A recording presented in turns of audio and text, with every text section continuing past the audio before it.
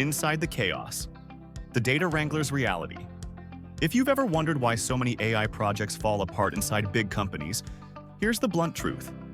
Data teams are drowning, and almost nobody in leadership realizes it. Everyone loves to say they're data-driven. Everyone points to polished dashboards like they're windows into the future. But behind the scenes, there's usually a handful of people desperately trying to keep broken pipelines alive while the business thinks everything is automated. It isn't a talent issue. It's the environment they're stuck in.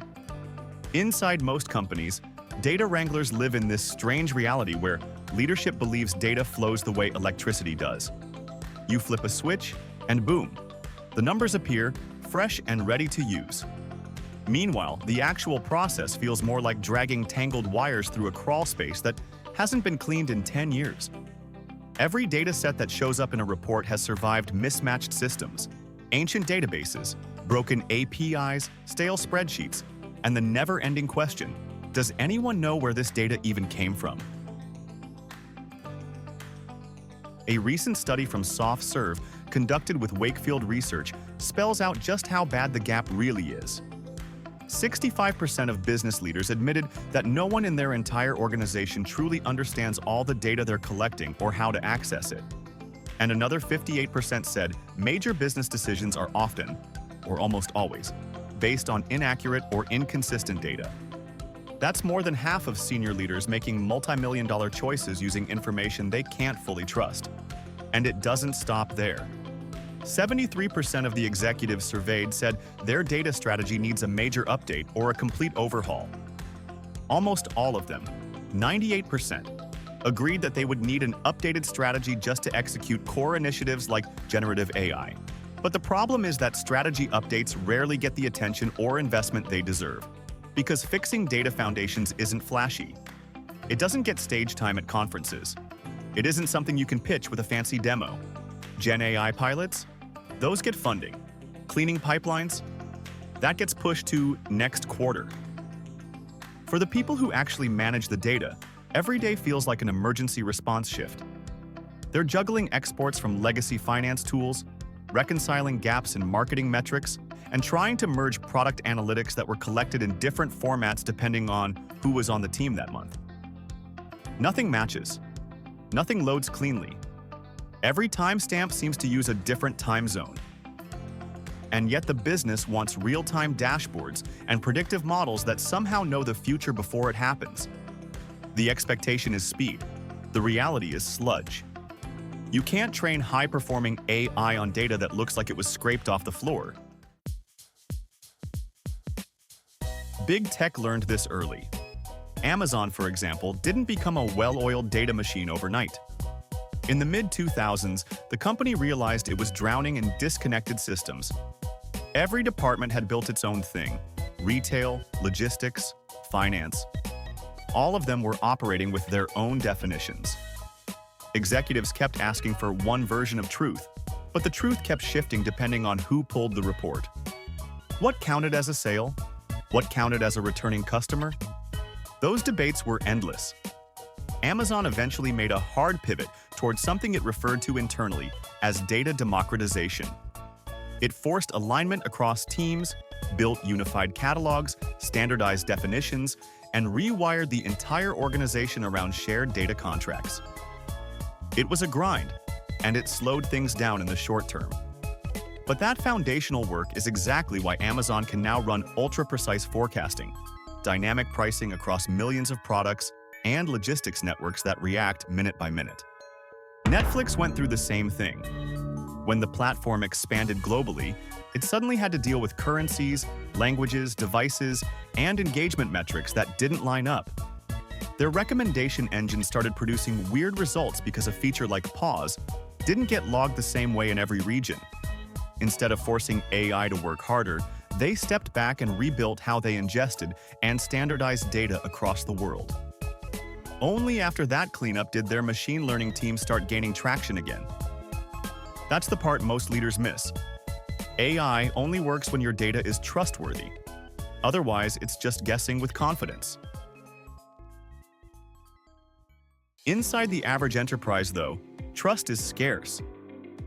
Most analysts and engineers spend 60 to 80% of their time cleaning, fixing, and reformatting data instead of analyzing it.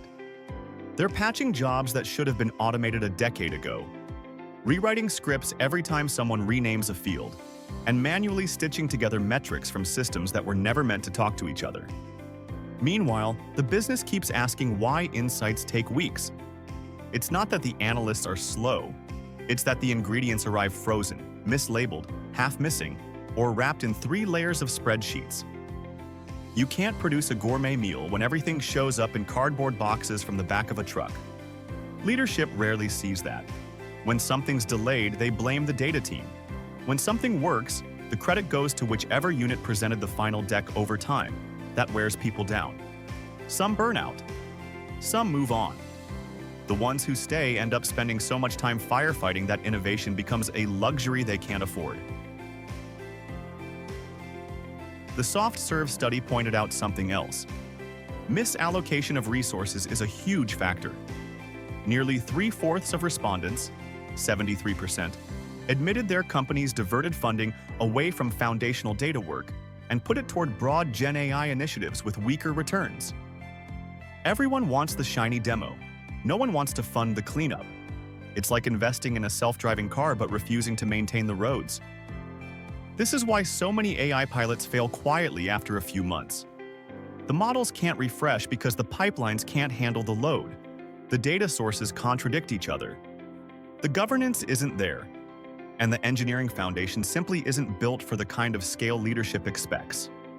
On the other hand, the companies that did put in the work, the Amazons, the Netflixes, the Microsofts, they're the ones moving fastest now.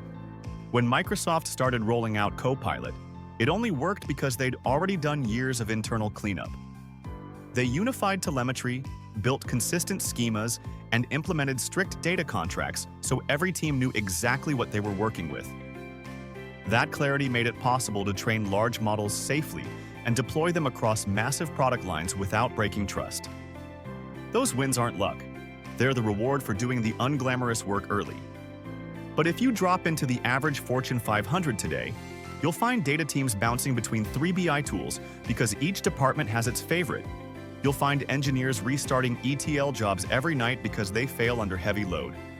You'll find scientists pulling data to local machines just so they can run a model without waiting for permissions. The whole system feels held together by duct tape and hope. And whenever leadership asks, why can't we get real-time insights? The data team already knows the answer. The system wasn't built for real-time anything. It was built piece by piece over years of shortcuts. It's not that executives don't care, it's that many assume data is just there. Cloud migration gave everyone this illusion that once everything lives in the cloud, it must be connected and consistent. But really, all that happened was the mess got moved to someone else's infrastructure. The underlying problems didn't magically fix themselves. The people closest to the data are the ones who see the truth. Overlapping schemas, duplicated tables, undefined fields. Transformations no one documented because the developer left years ago. When they flag problems, they're often told to keep delivering. When they ask for governance or standardization, they're told it's not the priority right now. And the moment something breaks, everyone asks why the data team didn't see it coming, even though they've been warning about the cracks the whole time. Here's the part that gets lost. Fixing this is absolutely worth it. The soft serve study found that companies with strong data foundations are already seeing real gains. 44% opened brand new revenue streams just by understanding the data they already had. 38% are monetizing their data outright. Over half reported better productivity and efficiency, and nearly half improved their forecasting accuracy. These are major, measurable benefits that came not from chasing hype, but from investing in the basics: ownership, cataloging, governance, and standardization. The companies that clean up their data aren't just catching up, they're pulling away.